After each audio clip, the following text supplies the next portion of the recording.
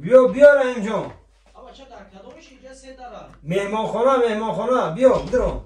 بسم الله الرحمن الرحیم در زبون جنو فقط هم جای شیرین دا بگردیم مهمانخانه السلام علیکم و علیکم السلام مسعودی خوبی شما خیلی خوبین مبارک شبا که چیگه پیمو اینقدر قرآن کریم مطلوب کرده ماشاءالله اول بشین کو چای نیست کو الحمدلله میشوه کارا خوبن همه خوب نسرینو الحمدلله میم این ماشاءالله چیگه پای قرآن را تو کرده در جا برادر حال شما نمیدونین برادرم ایادو درفت ها برادرم این قدر سراسیمانی خیلی میفهمده غریبی در اینه که پریشان خاطر شدین کم کم مبارک و وعده داده بودیم کو چی وعده دادیم با کجون همین هر روی که یک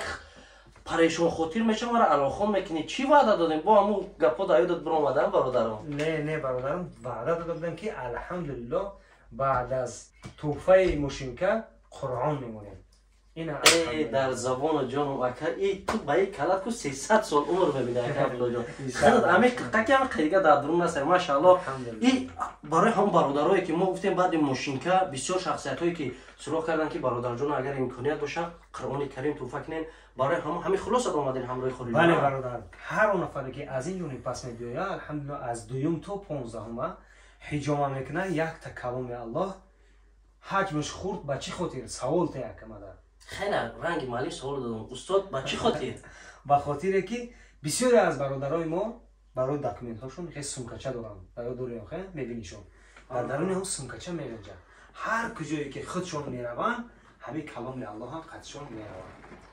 میبرن میخونن هر کجایی که باشن و همون خاطر حجمش ما خورد گرفتیم اینه چه که میبینی میگه هر اون خونه ای که مسلمانه با در اون خونه یک کتاب قرآن باشه ها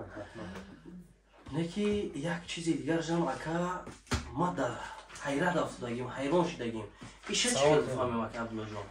سوال تا هر چیزی که میخوایی برادرم ما خدمت دارم بیای شای قاری جان سوال بتیم ها اکا عبدالله جان السلام علیکم اکا قاری جان سلام علیکم و رحمت الله الحمدلله قاری جان یک سوال برای شما فرض کردیم که ما اونم از شما هجومه گرفتم بله بر عوض هجومه برای ما همین قرآن توفه کردیم ما گرفتم هزار احمد از مرکز خدمت رسانی زیارت چوب هجومه لیک ما همین را خوندن نمیتونم اگر برام که من در بالای خونه مونم یک جودا بالاش چنگ بگیره و ماه سال بیسته میگم که در هر خونه که مسلمان که قرآن باشه هر چند که میگه در خونه باید یک روزه یک بار همو قرآن ورق زنی که اگر که نخونی گناه های بعد من خونده نمیتونم همین را در خونه میمونم این گناه نیست برعکس البته مجدگانی است برای کسی که قرآن خیر میکنه وعده ذات اقدس الهی است که هر کسی که برای یک فرد دیگر چی میکنه مثلا قرآن خیر میکنه مقصد من کسایی هست که میان هجامه میگیرن قرآن خونده نمیتونن اونا میگیرن قرآن را به یک کسی میتین که او میخونه در هر حرفی که او اجر و پاداش میگیره ایرم برابر همو اجر و پاداش میگیره کسی که قرآن خیر میکنه با دیگه یعنی قاری جان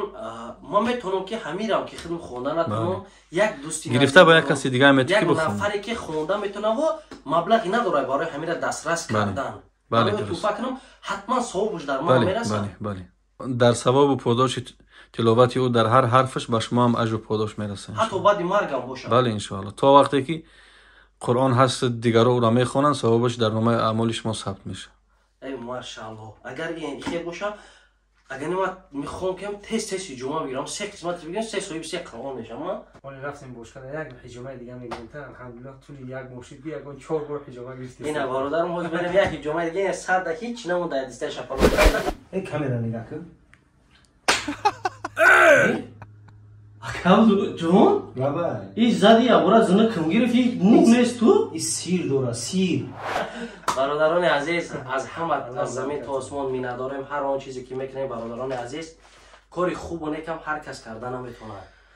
مقصد برادر عزیز ما مقصد شخصا ما بنده و مقصد قاری جان برادر عزیز که از پشت کامera ان شاء الله روزهای نزدیک برنامه خوب همراه قاری جان میشود مقصد ما چیزای برادران عزیز که همه ما بر ملک غریب برای مهنت اومدگیم برای کار اومدگیم هر اون کس که در دکان ما مهمان بشود اول چیزی که میخرد یک پیاله چای فقیرانه ما برادران عزیز هر اون چیزی که ما میکنیم برادران عزیز برای برادران خودمون میکنیم برای اون نفرانی که از در ما میدراین جان و جگر ما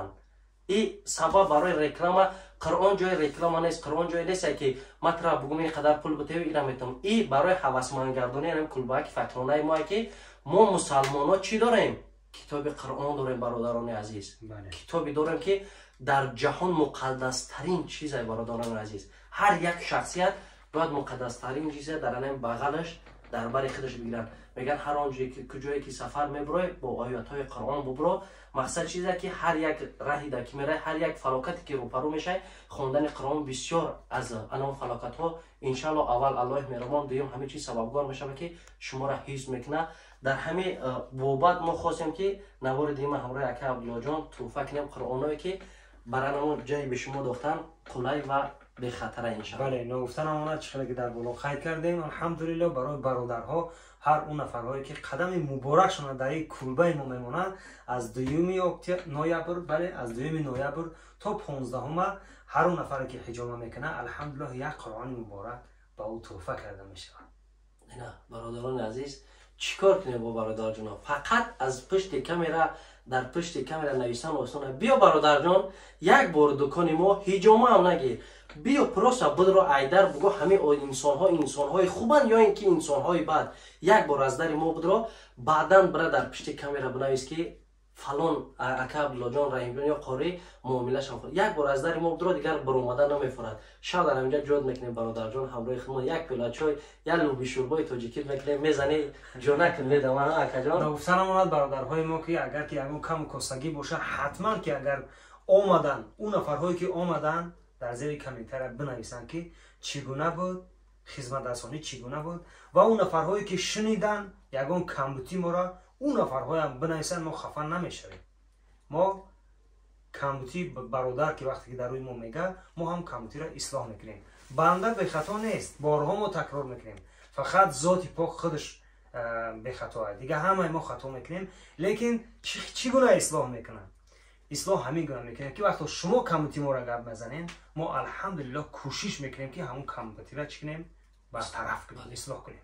باقی در امان خدا باشین. انشاءالله که بیاین قرآن مبارک به نصیب نشوین. از 2 تا 15 شما میتوانید که به همین دکان خاکسارانه ما بیاین صاحب قرآن شوین بعد از حجامه.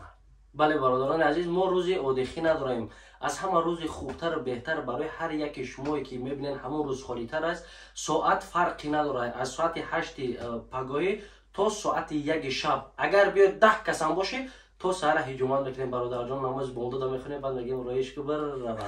برادران عزیز سلامت باشین، خدا نگهبانتون باشه. این نامه در روی اکران زنگ بزن برادر جان، بیا یک چوید میکنم جونک میدوه. خدا نگهبان ها اکا عبدالله جان. تشکر زیاد رحیم جان، خوش آمدن. خوش آمدن. سلامت باشین. خب ما خدا در امان خدا.